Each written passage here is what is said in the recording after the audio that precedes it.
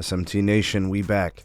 Nation, this article from Fierce Wireless contributor Jeff Moore really got my wheels turning. He was at a conference recently, and I think it was like the North America's 5G conference or something like that.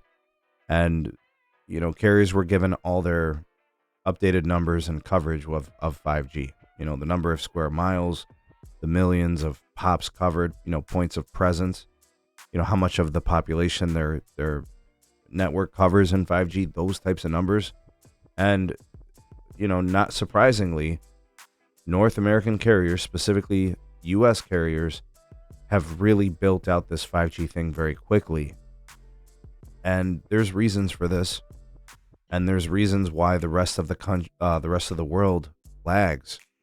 90, if not maybe 95% of the world does not have comprehensive, ubiquitous 5G coverage across their countries. And I'll remind you, 95% of those countries are smaller than the US and smaller than China, right? So with the exception of Japan, China, Taiwan, the US, right, the populated habitable parts of Canada, who's really got a ubiquitous 5G network across their country, right? You might find a little bit in Europe, but it's not what it is here. All right, so let me discuss why this is the case, why this article kind of encapsulates what we're seeing here with 5G adoption across the planet. All right, so I'll be sure to link the article for you in the description, and of course, ways to support the SMT are down there as well. If you appreciate the content here on the channel, there are ways to support us. All right, so the title, T-Mobile 5G covers 98% of the U.S. population. Other countries lag. Let's just go ahead and start this right off the bat by saying the reason why other countries lag the U.S. is because the U.S. dumps billions of dollars into their networks every year. There is no exception to the rule. Dish, which is a regional carrier right now, right? Regional native Dish network access, roaming on other carriers like T-Mobile and AT&T. They have dropped billions of dollars on their network in the last couple of years. Verizon spends 18 to 19 billion annually. T-Mobile spends, between the range of like 9 and 12 billion annually.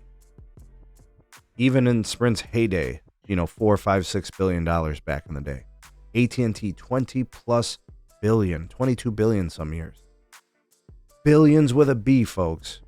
This is why, companies like T-Mobile, Verizon, AT&T, the companies here in the US have nationwide 5G networks. They spend tens of billions of dollars a year. In fact, just on some quick math, you're talking about $50 to $55 billion collectively as an industry on wireless networks. That's why we have ubiquitous 5G across the country for the most part. You might find some pockets that are still LTE for some carriers. But for the most part, in this ginormous country, we have ubiquitous 5G, right? It probably covers, depending on the carrier, most of the country and most of the pops, right? T-Mobile's got nationwide 600 megahertz built out in low band. Not anything spectacular, but it works. They're all building out this mid-band 5G network. That's creating a lot of capacity, and a lot of folks are starting to see it in rural and some of the extended parts of the country. But that's why, most of the network operators in other countries, Mexico, Portugal, Spain, they ain't got the CapExes we have here. They don't have the ARPUs we have here. The average revenue per user on a European carrier is probably the equivalent of $35 to $40. And folks, in the countries where prepaid is the move and not postpaid, that number probably drops by 20 to 50%. The ARPU might be closer to $30 or $25 or $17. Right? I could probably come up with some countries in Asia where the average prepaid rate might be $10 or $8, US equivalent, US dollars. What kind of network you gonna build with that? and they don't have the densification, and they don't have the technologies. They don't have the MIMO radios and antennas. What do you want them to be able to do when they don't generate that type of revenue?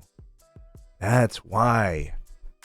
So you, the customer paying your bill, you're paying for that incredible network access, the ubiquitous coverage, the 5G across the country, the high capacity experience. That's why. It's the investment. The CapEx, the spending on the network, is how it correlates to performance, redundancy, and reliability. So, not a shot at, Jeff Moore, a man who I respect very much. Not a shot at all. Right? But when I just look at those things, this concept of 5G adoption is high in North America and China, because these countries are dumping tens of billions of dollars across multiple networks in the same landmass. Right? International 5G, look at the adoption. The US and Canada are at 41%. Europe's at 13%. The Middle East is at 3%, folks. Africa doesn't even tick 1%. Right? You're looking at those developing nations. Latin America, 1%. I guarantee you there are folks in Latin America happy with their iPhone 6. Don't at me. It's real. Right? They're still rocking those 3G networks. And some of the 3G is good in some places because they got some bandwidth. Right? And folks don't care about 4K on their phones. Oh, man. Good stuff here. I hope you guys enjoyed this commentary video. If you did, let me know and give this video a thumbs up. Comment down below your thoughts and opinions on this. You're the voice of the people, the SMT Nation. Let your voice be heard.